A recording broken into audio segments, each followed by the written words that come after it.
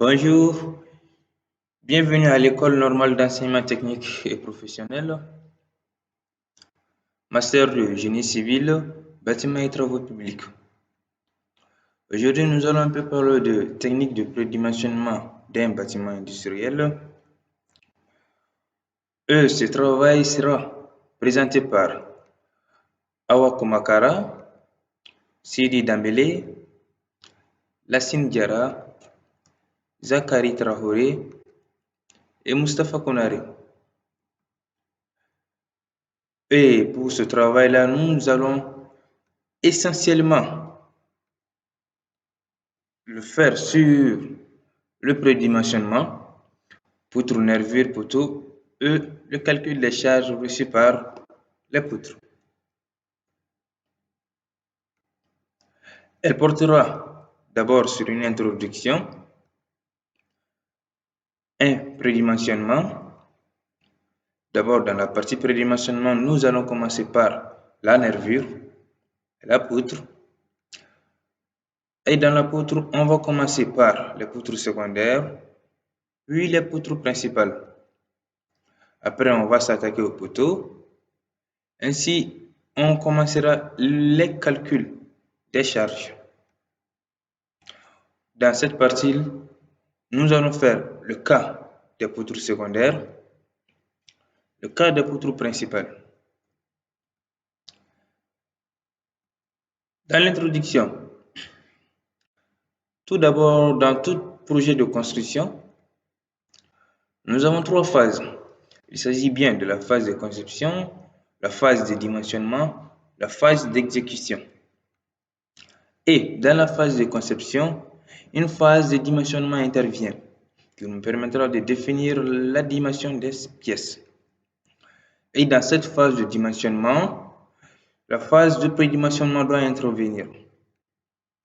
Cette phase de prédimensionnement permet une détermination des sections de calcul des différents éléments de la structure.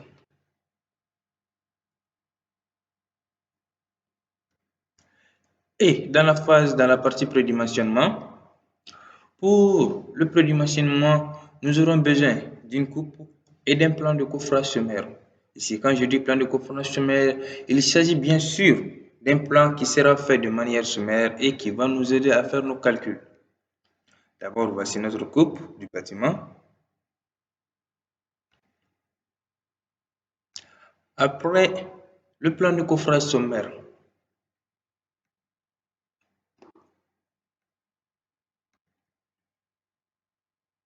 Et après, nous allons commencer avec la nervure. Pour déterminer les dimensions de nervure, on procède comme suite. Nous avons trois formules dans cette partie-là. Nous avons d'abord H qui est égal à L max sur 22,6, H sur 4 qui doit être inférieur ou égal à la base, inférieur ou égal à H sur 12, et B effectif qui est égal à LC plus BW. Avec LC, la longueur du corps creux, et supposons que LC est égal à 50 cm, nous avons une image de la façon dont on calcule les nervures. Nous avons en bas BW, B effectif, HF et H. Alors, pour déterminer ces différentes longueurs, dimensions, on utilise les trois formules que nous avons ici. Alors, en se basant sur ces formules, nous pouvons avoir H qui serait supérieur à 660 divisé par 22,5 qui serait égal à 19,33 cm. Alors, pour éviter tout chiffre après la virgule, on va prendre H est égal à 20 cm. Après, on va découler, nous aurons un H de 20 cm et B est égal à 10 cm. Même pour des raisons constitutives, nous allons prendre BW est égal à 15 cm.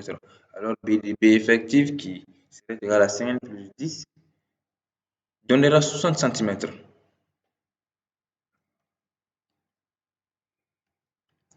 Pour la poutre, pour un bâtiment industriel, en fonction de l'intensité des charges, la portée recommandée pour la poutre secondaire est de 5 à 7 mètres. Pour une longueur de 34,4 mètres, on peut prévoir 6 travées et pour une largeur de 28,46 mètres, 4 travées. Il est recommandé de diminuer la portée des travées des rives de 10% par rapport à celle des travées intermédiaires. Alors, nous aurons la formule suivante. L qui est égal à 38 serait égal à 0,9 L1 plus 0,4 L1 plus 0,9 L1 qui est égal à 5,8 L1. Et cela va nous permettre d'avoir un L1 qui est égal à 6,62 mètres. Et le tournant L est égal à 6,66 mètres pour les travées intermédiaires. Pour les travées des rives, LR serait égal à 38,4 moins 4 multiplié par 6,6 divisé par 2. Ainsi, nous pouvons avoir la travée intermédiaire, une longueur de travée intermédiaire est égale à 6,6 mètres et pour la travée des rives 6 mètres. Dans le sens de L est égal à 38,4 mètres. L'écartement est recommandé pour les poutres secondaires de chaque travée des poutres principales varie de 1,8 à 2,5.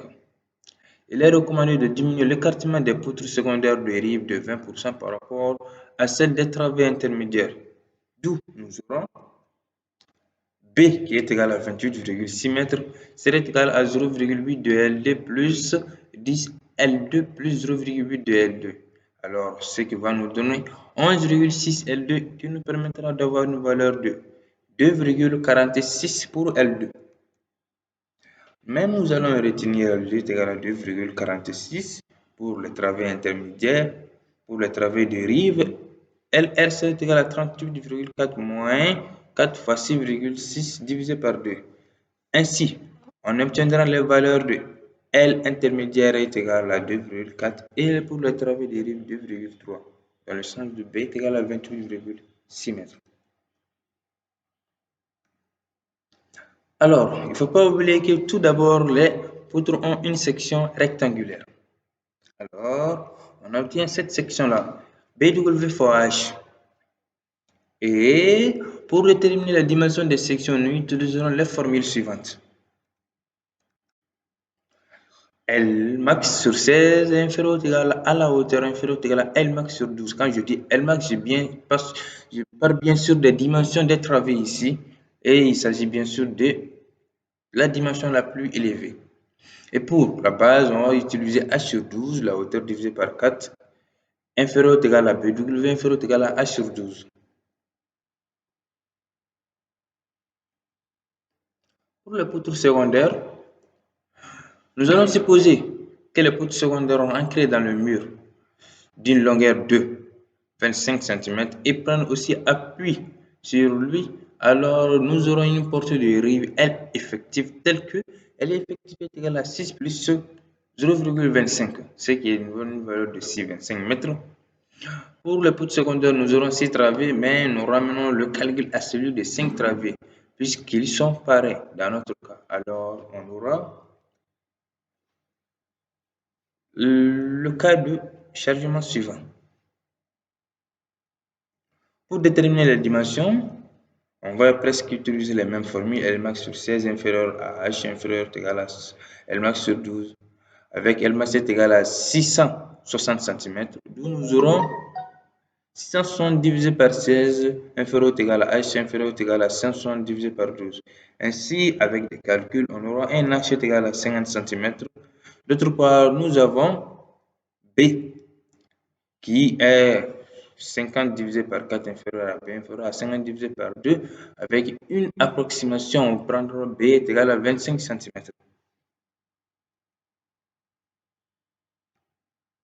Pour les poutres principales, nous allons supposer que les poutres secondaires sont ancrées dans le mur d'une longueur de 25 mètres. Aussi, prennent appui sur les murs, alors nous aurons une portée de rive L effectif telle que L effectif est égal à 7,2 plus 0,25 qui est égal à 7,45 mètres. Nous aurons le cas de chargement suivant. Pour déterminer les dimensions, comme on l'a fait dans le cas de poutre principal, nous obtiendrons les dimensions suivantes avec un H de 60 cm et un B de 25 cm. Pour le poteau, pour le dimensionnement du poteau, nous allons considérer le fait que le poteau a un élancement lambda La hauteur de la construction qui est de 4,2 mètres. Le poteau a une section carrée de 60 x 60 cm², une rigidité d'encastrement au pied et une rigidité d'articulation à la tête. Alors nous aurons un lambda max qui est égal à L0 fois racine de 12 divisé par A, avec A, il s'agit bien sûr de la côté du poteau, avec L0 est égal à 0,7 de L. Ainsi, on aura un lambda est égal à L0 est égal à 3,78 mètres. Ainsi, on aura lambda est égal à 21,82. Pour le calcul des charges, nous allons nous intéresser à un exemple. Alors, pour cet exemple, on va faire une explication du principe de la bande de charge et de la descente des charges. Bonjour. Nous avons jugé nécessaire d'avoir une explication de façon explicite sur le principe de la bande de charge et de la descente de charge. Nous avons déjà vu le plan de coffrage que nous avons dessiné ici et nous avons déjà spécifié les différents éléments. Nous allons nous intéresser à la coupe PP3 et à la coupe principale et comment reconnaître la bande de charge de cette coupe. Donc, ici, il s'agit, parce que pour faire la descente de charge, il faut connaître la bande de charge d'abord. Et ici, comme la charge est uniformément répartie, c'est la coupe, donc nous allons chercher la largeur de notre bande de charge. Et cette largeur, ça va se trouver ici. Donc, nous allons la demi-côté de cette partie. La demi-côté de cette partie et la demi-côté de cette partie.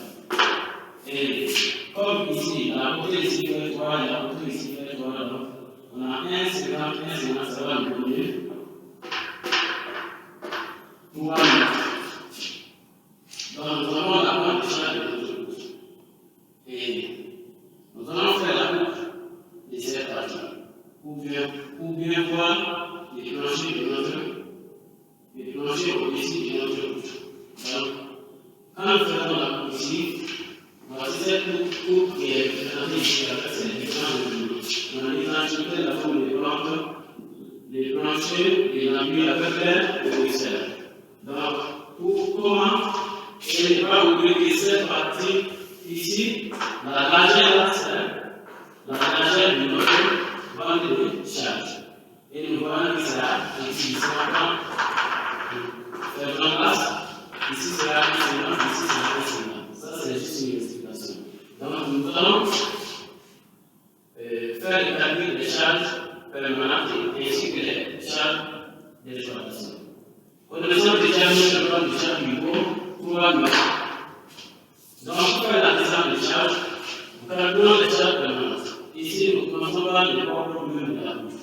D'abord, avec les éléments déjà, les palais des charges permanentes et d'exploitation sont déjà donnés dans un tableau qui se trouve dans le cours. Donc, on a 2500 multiplié par 0,4 multiplié par 2,0,2, ça va nous donner une valeur de 300. Décalnewton multiplié par 100, décalnewton par mètre. Donc, cette valeur est donnée en décalnewton par mètre cube. Ici, c'est la même chose aussi. On multiplie par là, on va multiplier ici par là, par notre bande de charge. Puis, les points de notre bande de charge. Donc, ça va nous donner une valeur de 300. Décalnewton par mètre. Ici, c'est 200.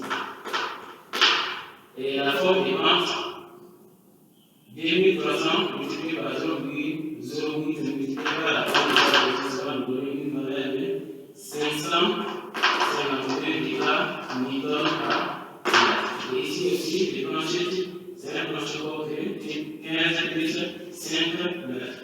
Et 5 mm, donc ici, ça va nous donner une valeur de 915 décalnewton par mètre aussi. Et pour l'ampli, nous avons 2200 multiplié par 0,04 multiplié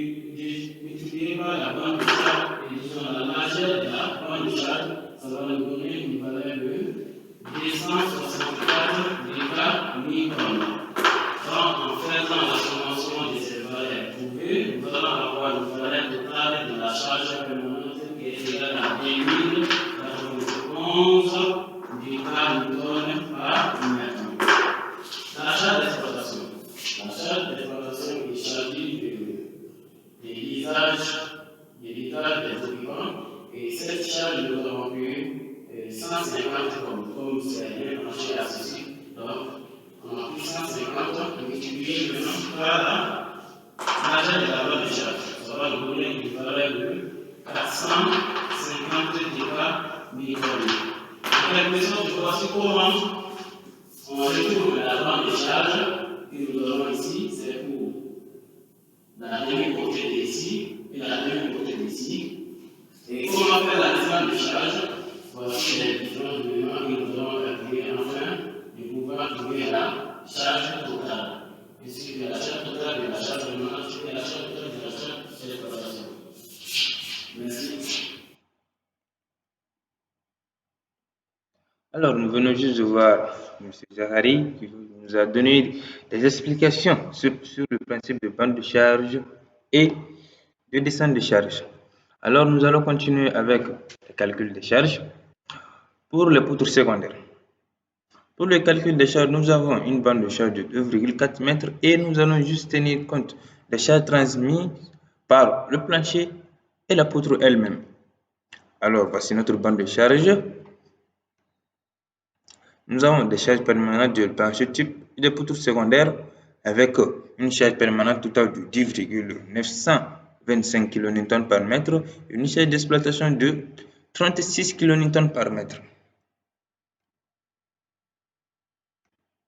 Pour les poutres principales, nous, avec une bande de charge de 6,6 mètres et le même procédé sera appliqué aux poutres principales.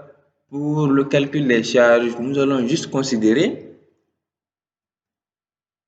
le poids du plancher, le poids des poutres avec la bande de charge que nous avons là. Vu que notre bande de charge est le nombre de poutres secondaires qui y est dedans, les charges seront obtenues de la manière suivante. Avec 11 poutres secondaires dans la bande de charge, on aura une charge permanente totale de G est égal à 28,32 kN par mètre et une charge d'exploitation de 99 kN par mètre, juste en considérant le plancher type, la poutre principale et la poutre secondaire. Alors, là prendra fin notre cours. Alors, si notre cours vous a plu, n'hésitez pas à liker et à activer la cloche de notification. Merci.